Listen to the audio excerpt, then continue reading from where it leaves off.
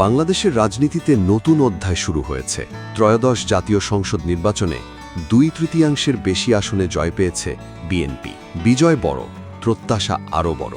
কিন্তু প্রশ্ন হল, এই জয় কি শুধু আনন্দের, নাকি এখান থেকেই শুরু হচ্ছে সবচেয়ে কঠিন অধ্যায়?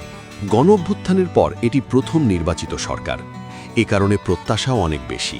বড় জয় রাজনৈতিক শক্তি দেয়, কিন্তু একই সঙ্গে ঝুঁকিও তৈরি করে।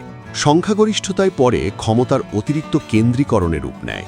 সংখ্যাগরিষ্ঠতার সুবিধা ভোগ না করে সেটিকে নিয়ন্ত্রণে রেখে কাঠামোগত ভারসাম্য নিশ্চিতকরণের মাধ্যমে প্রাতিষ্ঠানিকভাবে নিয়ন্ত্রণে রাখাই বড় চ্যালেঞ্জ। গণভোটে অনুমোদিত জুলাই সনদের লক্ষ্য ছিল ক্ষমতার ভারসাম্য তৈরি করা, দ্বিকক্ষ বিশিষ্ট সংসদ, সাংবিধানিক প্রতিষ্ঠানে নিয়োগে স্বচ্ছতা, একক আধিপত্য কমানো, এসবই সেই উদ্যোগের অংশ।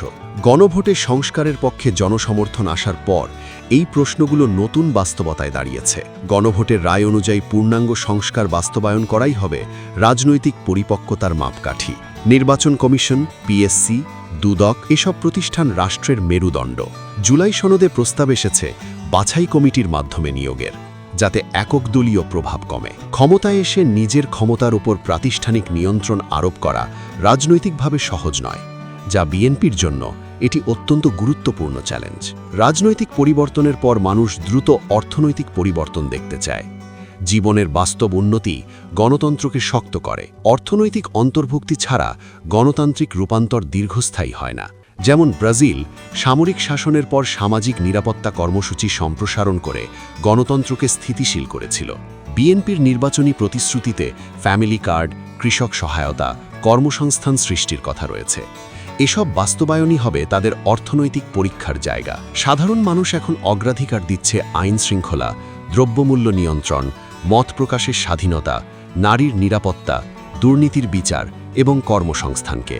গণঅভ্যুত্থানের পর প্রথম নির্বাচিত সরকার হিসেবে বিএনপির ওপর জন আস্থার চাপ বেশি। এই আস্থা ধরে রাখাই তাদের দীর্ঘমেয়াদী রাজনৈতিক স্থিতির মূল ভিত্তি হয়। তাই দেখার বিষয়, বিজয় রাজনৈতিক প্রক্রিয়ার একটি ধাপ মাত্র।